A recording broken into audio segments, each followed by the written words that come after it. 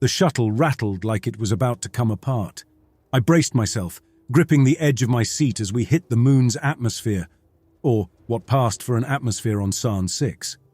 The air here was more like a poison cocktail, toxic gases bubbling up from cracks in the surface. They warned us about the dangers in the orientation vid, said it was safe as long as we stayed suited up. Occupational hazard, they called it, but I'd been around long enough to know that meant a death sentence if the suit malfunctioned. And it wouldn't be the first time I'd seen that happen. Through the scratched window, I could see the colony below. A sprawling mass of metallic compounds bolted directly into what looked like fossilized mountain ridges, except these weren't mountains. It was bone. Giant rib cages, vertebrae the size of skyscrapers, stretching across the barren landscape like the skeleton of a goddamn alien leviathan. I'd seen it before, but every time I landed here, it hit me. Bonehold. What a name. The descent slowed as we neared the ground and the shuttle hissed and groaned before coming to a shuddering halt. The lights flickered, and I felt the weight of the place settle over me. I released my grip, flexing my hands to get the blood flowing again. Just another day in Caltech's workforce, I reminded myself. Just another day breathing stale air recycled 1,000 times through the ship's filters, heading back into the bone pit. The moment the doors opened, I grabbed my gear from the overhead rack. The exosuit was heavy, bulky, and stank faintly of sweat no matter how many times I scrubbed it down. Caltech liked to save on expenses, and sanitation wasn't exactly high on the priority list. I slipped into the suit one limb at a time, feeling the familiar weight settle around me, then snapped the helmet into place. The HUD flared to life, glitching before it adjusted to the dim light outside. "Carver, you ready to get back to hell?" A voice crackled through the comms. It was Bishop, another veteran miner. He had the dry humor of a man who'd seen too much and was about 2 shifts away from losing his mind. "Hell's the wrong word for this place," I muttered back. "Hell's got fire and brimstone. This is more like being buried alive." Bishop laughed, but it sounded hollow. We all knew the feeling. I took a moment to scan my suit diagnostics, oxygen levels, toxin filters, neural dampeners, all in the green. As I stepped off the shuttle platform, the ground crunched underfoot, gritty dust clinging to every surface like ash. The wind was a constant hiss, a low murmur of something shifting just below the surface. They told us it was the gases escaping, but I'd heard other explanations from the miners, whispered in break rooms and quiet corridors. "The bones are talking to us," they'd say, shaking their heads like it was a joke, except no one ever laughed. The comms crackled again, this time with the voice of Celtic's supervisor. "All personnel, report to the core site immediately. We have quota expectations to meet." I suppressed a groan. Corporate didn't care if the bones were haunted or not, as long as they hit their production targets. They'd keep pushing until there was no one left to push. "Guess we're off to the graveyard," Bishop said. "Lead the way," I replied, and we moved out, a grim line of exosuited figures trudging across the alien landscape. The compounds loomed around us, steel boxes clinging to bone like parasites on a dead host. The ground was uneven, and every so often, the suit's HUD would glitch, flashing error messages as it tried to adjust to the magnetic anomalies from the bones. Caltech knew about it but hadn't done a damn thing to fix it. Bonehold was alive with the noise of drills and machinery as we reached the core site. I could feel the vibrations through the suit, thrumming in my bones, syncing with my heartbeat. The drill rigs were embedded deep into the skeleton, sending grinding echoes through the air. My head throbbed with each vibration, a dull ache that only got worse the longer you were out here. I took my spot by the main rig, checking the controls. The machines were old, glitchy, held together by patchwork repairs, just like everything else in this place. Bishop sidled up next to me, leaning against the rig with a resigned expression. "Heard the new guy lost it last night," he said, glancing around as if the suits nearby could hear. They couldn't. Comms were private in Bonehold, and we made sure they stayed that way. "Who was it?" I asked, barely paying attention as I adjusted the drill's parameters. Some kid, Anderson, I think, started talking about voices in his head, kept mumbling about things he'd seen out in the pits. They shipped him back to the med center, probably going to scrub him out and send him back to the main colony. Lucky him, I muttered.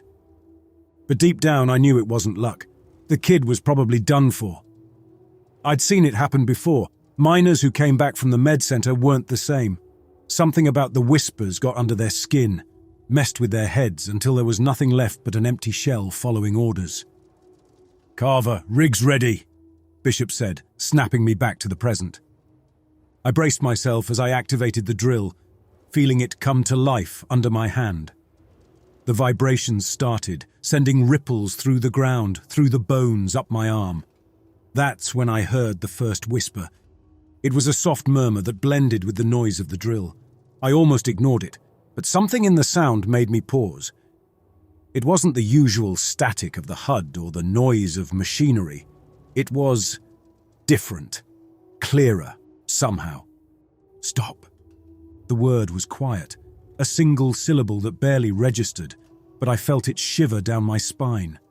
I looked around, but no one else seemed to hear it. Bishop was still working, his gaze fixed on the rig. I shook my head, telling myself it was nothing, just another glitch. But as the drill bit deeper into the bone, the whisper amplified. "Stop. You're waking it." I didn't believe in the ghost stories, not really, but something about that voice felt wrong. Like it was pressing into my mind, an unwelcome presence settling behind my thoughts. I swallowed, hands gripping the controls tighter. It was just a hallucination, I told myself.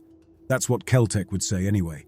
Just the effects of neural overstimulation, a side effect of working too close to alien remains. Except this didn't feel like overstimulation. It felt real. I shook my head, focusing on the drill, but the whisper wouldn't stop. It grew, shifting from a single voice to a murmur, a chaotic mix of sounds blending together like static. Words tangled in my head, fragments of language I couldn't understand but somehow felt familiar, as if they were brushing against memories I didn't know I had. "You don't belong here," it hissed. I felt sweat prickling at my scalp beneath the helmet, cold despite the temperature controls. This wasn't supposed to happen. The neural dampeners were supposed to block out the echoes, shield us from whatever this was. I swallowed hard, breathing in slow, trying to calm myself. It was just a trick of the mind, I told myself, just the bones messing with my head. I glanced over at Bishop, about to say something, but stopped. What was I going to tell him? That I was hearing voices, that I thought the bones were talking to me. He'd laugh, or worse, report me to the supervisor. And if that happened, well, I'd end up just like Anderson, scrubbed out and shipped off. The company didn't tolerate psychological disturbances, as they called them. I bit back the words and turned back to the drill, forcing myself to focus. The workday blurred into a dull monotony of grinding, sweat, and dust. Every thud of the drill, every pulse of the machinery seemed to draw something out from the bones beneath us. The whispers had faded after a few hours, but they left a residue in my mind, like an itch I couldn't scratch. I didn't say a word about it, just buried myself in work and tried to ignore the buzzing anxiety eating at my gut. The shift was nearly over when things started going wrong. It happened quickly, too fast for anyone to react. We were nearing the end of our work on a particular section of the ribcage. A twisting maze of bone that jutted from the surface, grey and fossilized. I was working the controls, adjusting the drill depth, when I heard a scream through the comms. It was high-pitched, frantic, raw with terror, and I recognized the voice. Martin Briggs, the quiet kid, always kept to himself. Reliable but barely more than a kid.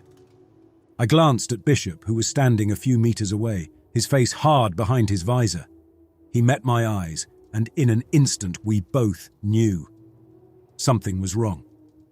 "Carver, Bishop, move," came the supervisor's voice through the comms, sharp and urgent. We dropped everything, running toward Briggs. He was working in a narrower tunnel, one where the bones pressed close, walls of calcified ridges that seemed to curve in around him. By the time we got there, it was too late. Briggs lay motionless on the ground, his suit locked into a contorted form. His arms were bent backward, his helmet visor fogged with condensation. It was like he'd been forced into some unnatural shape by an invisible grip. Bishop knelt next to him, running diagnostics, but the results flashing on his HUD weren't promising. "Vitals, all over the place," Bishop murmured, a frown twisting his features. "Pulse erratic, brainwave activity through the roof." I could see it too, the data streaming in, a wild pattern of spikes and dips. It was like his mind was a radio trying to pick up too many frequencies at once. "He's gone," I said quietly, though I wasn't sure if I meant it. Because even as I looked at him, I saw his mouth moving behind the fogged visor, whispering words I couldn't hear. Bishop must have seen it too. He flinched back, eyes wide, almost dropping Briggs. "What the hell is he saying?" Bishop asked. I leaned in, my heart pounding in my chest as I tried to make out the words. But they weren't words I understood. They sounded guttural, foreign, almost like a language, but twisted. And then it hit me. They sounded like the whispers I'd been hearing, only now they were pouring out of Briggs, tumbling from his lips in a stream of nonsense syllables that echoed in my head. He wasn't just hallucinating, he was repeating something, like he'd picked up a signal and couldn't shut it out. "Pull him back," I muttered, fighting the urge to step away. "We need to get him to med." But before Bishop could even touch him, Briggs went still, his head slumping forward. The whispers stopped as abruptly as they'd started, leaving only the noise of the drills in the background. "Dead," Bishop said, his voice tight. I stared down at Briggs, a cold dread settling over me. There was no mistaking it. Something had gotten into his head, twisted him from the inside out, left him broken and empty. And I had a sick feeling I knew what it was. The whispers. Back in the barracks, word of Briggs's death had spread quickly, and miners kept glancing over their shoulders, casting wary looks at each other. We'd all seen accidents before, plenty of them, but this was different. This wasn't an equipment failure or a mistake. It was something we couldn't explain. I was in my bunk trying to clear my head when I felt a shadow fall over me. I looked up to see Logan, a rough, no-nonsense miner with a 1,000-yard stare and scars that told you he'd been through hell and back. He wasn't one for conversation, which made the fact that he was standing there, looking at me like I held the answers to his nightmares, even stranger. "You heard him, didn't you?" he asked, his voice low. I wasn't going to act like I didn't understand. "Yeah." He nodded slowly, as if that was all he needed to hear. "I've been here too long, Carver. Seen too much. Whatever's in those bones, it's not just fossilized tissue, it's something else. A memory. A warning." I felt my skin crawl. A warning. That's exactly what it had felt like. But why would an alien skeleton have a memory, let alone one that could jump into our heads? Logan leaned in closer, his eyes intense. "They're trying to tell us something. I've been hearing it for days, clearer every time we drill deeper. But no one's listening. We're just tearing into it like it's nothing." He stood up abruptly, looking around as if the walls themselves were listening, then walked away without another word. I sat there, processing what he'd said. It was crazy. We were miners, for God's sake, not some research team digging up alien secrets. And yet, part of me couldn't shake the feeling that Logan was right, that we were intruding on something ancient and powerful, and that it was starting to notice. The next day, I went back to the rig, determined to focus, to ignore the whispers and get through the shift. But it was like they knew I was trying to resist. Every time the drill bit into the bone, I could hear them, louder, more insistent. By mid-shift, I was hearing them clearly, snippets of something that sounded like a warning. "It's waking," the whispers said over and over, like a chant. "It's waking." My head throbbed, each word a needle driving into my skull. I'd heard stories of miners who lost it, of guys who were shipped out after they started talking about voices, but I'd always figured it was the isolation, the long hours, the pressure. But now, I wasn't so sure. These weren't hallucinations. They were messages. fragments of thought projected straight into my brain, bypassing all the usual filters. I looked around, wondering if anyone else was hearing it, if they were all just pretending not to. Bishop was working the drill, his face locked in concentration, sweat beading on his brow. Logan was further down the line, his expression grim, his eyes unfocused. They looked fine, like they'd adapted, built up a mental barrier against the whispers, but I hadn't. They were getting to me, slipping past my defenses.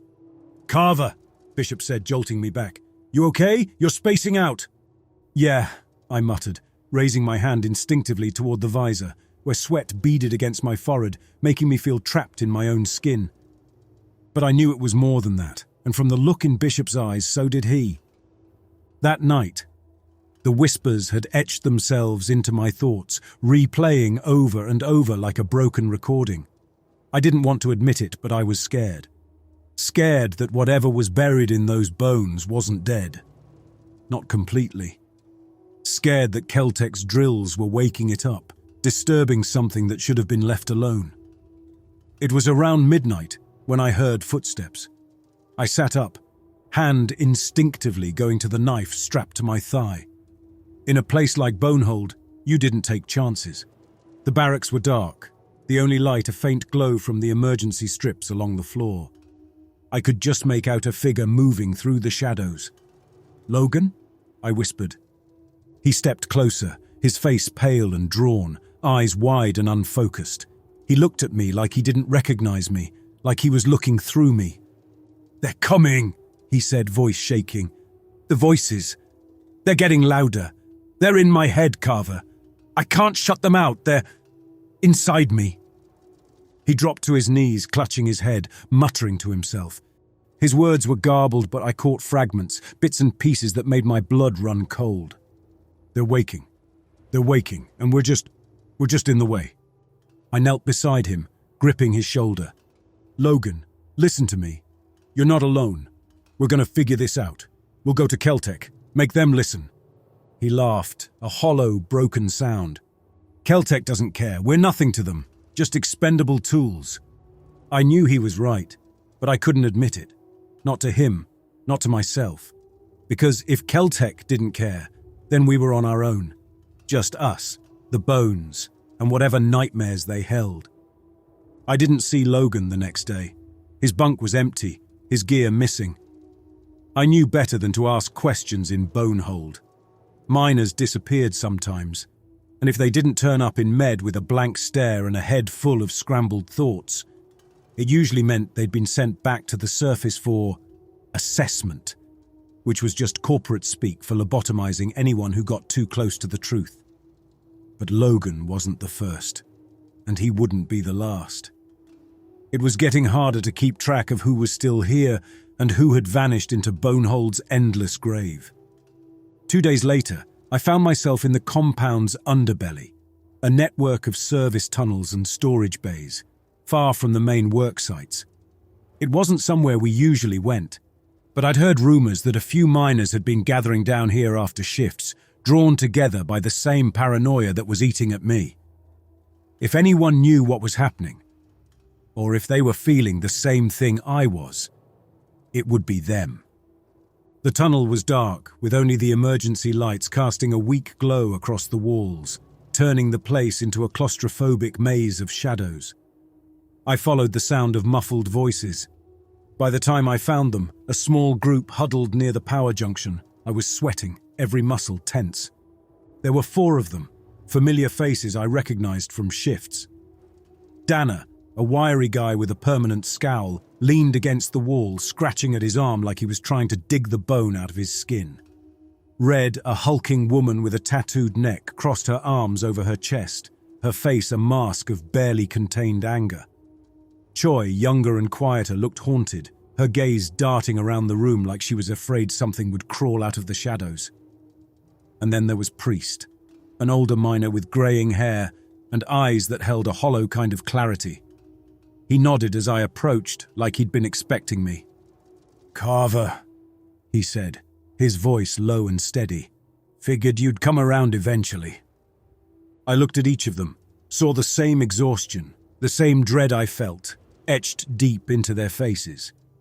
"What the hell's going on?" I asked, barely keeping my voice steady. "I know I'm not the only one hearing things." Priest nodded, glancing at the others. "It's the bones," he said, a strange reverence in his tone. "They're talking to us." I swallowed, my mouth dry. "That doesn't make sense. Bones don't talk, not even alien ones." Red scoffed. "No, but maybe they remember.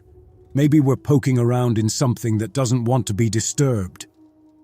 Priest nodded again, his gaze distant. "The whispers. They're memories, fragments of thought imprinted on the bone. We've been tearing into them, waking something up, and it's trying to warn us." The words hung in the air, settling into the cracks between logic and fear. Part of me wanted to laugh, to brush it off as nonsense, but I couldn't. Not after what I'd seen, not after what I'd heard. "So what's the warning?" I asked. Danner shifted, his eyes dark.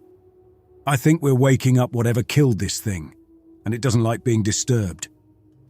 I felt a chill crawl up my spine. The bones beneath us weren't just dead remains, they were a message. A final plea from a creature that had died trying to contain something far worse than anything we could imagine. I looked at Priest, trying to wrap my mind around it. "And Keltec? They know about this?" "They know," he said, his voice grim. "But they don't care. To them it's just another resource, another way to make a profit.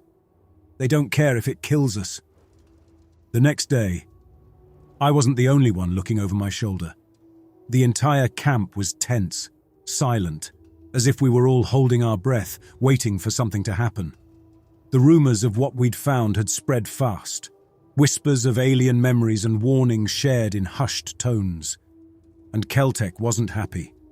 They doubled the guards, stationed corporate security at every drill site, watching us with cold, assessing eyes. Anyone who looked too twitchy, too nervous, was quietly escorted away, never to be seen again.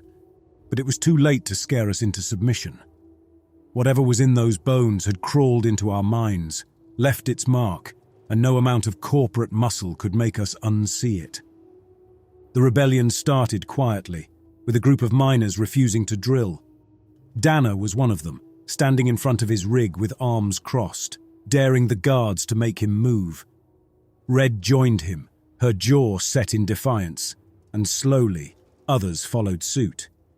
Within hours it had spread across the site, a silent, stubborn refusal to dig any deeper. We'd all seen enough, heard enough, and we weren't going to let Keltec ignore the warnings. The guards tried to force us back to work, but we weren't having it. Shouts echoed across the drill sites, curses and threats hurled back and forth, and then, with a crackle of static, a voice came over the comms. "This is Keltec operations. Any miner refusing to comply with directives will be terminated immediately." I felt my stomach twist. Keltec didn't bluff. I looked at the others, saw the same realization dawning in their eyes. They weren't going to negotiate. They were going to make an example of us. Priest stepped forward, his voice calm but resolute. "We're not drilling another inch," he said, looking straight at the nearest guard. "Not until Keltec acknowledges the risk." The guard raised his weapon, a stun rod crackling with blue energy. "You don't give the orders here, old man. You either get back to work or you're done." Priest didn't move. In a single, terrifying moment, the guard lunged, thrusting the rod into Priest's side. He convulsed, dropping to the ground with a choked gasp, his body spasming as the electricity coursed through him. I felt a surge of anger, a fury that cut through the fear, and before I knew it, I was charging forward, shoving the guard back. Chaos erupted. Miners surged forward, fists swinging, voices raised in a collective roar. The guards fought back, but we outnumbered them. Fists met flesh, steel met bone, and the world dissolved into a blur of violence, a desperate battle for survival. Somewhere in the chaos, I heard the whispers, louder than ever, echoing through my head, filling every corner of my mind. "Stop! Stop! It's waking! You're waking it!" When the dust finally settled, the guards were gone. Retreated to their fortified outpost on the edge of the compound, leaving us bloodied but victorious. The rebellion had begun, and there was no going back. We were on our own now, trapped between corporate wrath and the alien whispers that haunted every inch of Bonehold. I gathered with the others in the aftermath, adrenaline still pumping through our veins. Priest was leaning against the wall, clutching his side, but alive. He looked at me, a faint smile on his lips. "They won't stop," he said, his voice weary but resolute. "Keltec won't let this rebellion go unanswered." I nodded. "We know, but we're not going back to work. Not with that thing in the bones." Red, wiping blood from her knuckles, looked at each of us, her gaze hard. "So what do we do now? Just sit here until Keltec decides to wipe us out?" "No," Priest said, his eyes dark. "We go to the core. We find whatever's causing these whispers, whatever's been warning us, and we make sure it stays buried." The words sent a chill through me. Go to the core. We'd barely scratched the surface, and already the whispers were driving us mad. But as I looked around, I saw the same determination in everyone's eyes. We'd all felt it, that deep, primal fear lurking in the bones, the sense that something was waking up, and we couldn't leave without knowing what it was. I suited up, checking my gear, double-checking the neural dampeners, the toxin filters. I was about to enter the heart of something that had already claimed countless lives, and I wasn't coming back without answers. We moved in silence, a line of exosuited figures marching through the tunnels, deeper into the skeleton. As we descended, I felt the sense of something vast and ancient stirring below, waiting for us, its presence coiled like a serpent around the bones of Bonehold. The tunnel narrowed, and the bones around us became denser, the walls curving inward as if trying to contain us. It was clear we'd passed beyond the usual drilling zone. No markings or corporate machinery were down here. Just raw, ancient remains, untouched by human hands. "Keep going," Priest muttered, his voice strained over the comms. "We're close." Close to what, I wondered. But I didn't ask. None of us did. We were beyond questions now, beyond anything that felt like logic. The whispers were all that guided us, drawing us forward like a lighthouse in the fog. The corridor opened into a vast chamber that stretched beyond the reach of our lights. The floor was a seamless plane of bone, smooth and white, almost luminescent in the dark. I could barely make out shadows shifting along the far walls, rib-like columns curving around us, arching high above until they met in a vaulted ceiling. At the center of the chamber was a structure, a pedestal carved from bone, with intricate markings swirling across its surface, symbols that looked like language. They were etched deep, worn by time but not erased, each mark carrying an echo of something alien. I approached, the others trailing behind, our lights converging on the pedestal. As I drew closer, the whispers grew sharper, piercing through the fog of my thoughts, forming words that were no longer fragmented. I reached out a gloved hand, hesitant but compelled, brushing my fingers over the symbols. The moment I touched them, a surge of images flooded my mind. They struck with a force that nearly knocked me off my feet, filling my mind with a history I couldn't comprehend, yet somehow understood. I saw a world, vast and industrial, skies choked with smoke and machinery that sprawled like a cancer across the horizon. Giant alien beings moved in lines, their forms towering, nearly godlike in scale. They were massive, each one a behemoth of sinew and strength, their thick, layered skin both armor and shield against the toxic air and heat around them. They dwarfed the machines they commanded, moving among them with a weariness that was all too familiar. They were miners, like us, bound to a labor that consumed them. A task set by a civilization that saw them as nothing more than tools, their colossal bodies just another resource. They were brought here, transported across the stars, forced to this desolate moon to dig deeper and deeper, driven by an insatiable command from their masters for whatever lay hidden below. Day after day, they tore apart the moon's surface, machines gouging into rock and dust, their colossal strength devoted entirely to this endless drive for extraction. They were bound by duty and desperation, towering figures laboring under skies not their own, ripping into a place that held no kinship with them, no sanctuary, only a cold, silent demand. And beneath them, something ancient and vast lay dormant, buried deep within the moon's core, dark and waiting. The whispers shifted, becoming clearer, each one soaked in a raw primal fear. It will consume you, as it consumed us. The alien miners had known the risks but had no choice. They were urged by a constant command, bound to dig until there was nothing left, until the depths yielded every last resource. As they toiled, they disturbed the entity lying in the moon's core. The vision shifted to chaos, machines failing, the ground splitting open, and creeping darkness rising to claim them.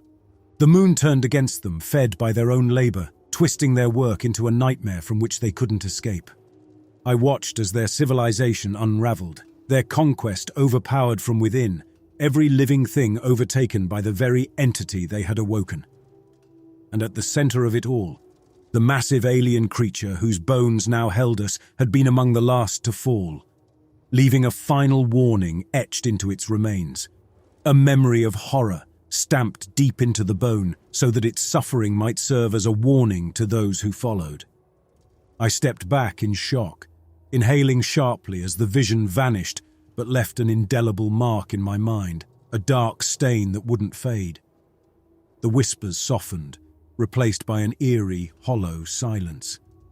I looked at the others, seeing the horror mirrored in their eyes. They'd felt it too, the weight of an ancient tragedy that was now ours to bear. "They were like us," Choi whispered. "Miners, just like us." Priest nodded slowly. "They tried to warn us. The bones. They're trying to tell us what happened. They don't want to be disturbed." A surge of cold anger cut through the fear, sharp and unyielding. All this time, Keltec had pushed us down here, ignoring every sign that something was wrong, every psychological breakdown, every strange occurrence brushed off as an occupational hazard.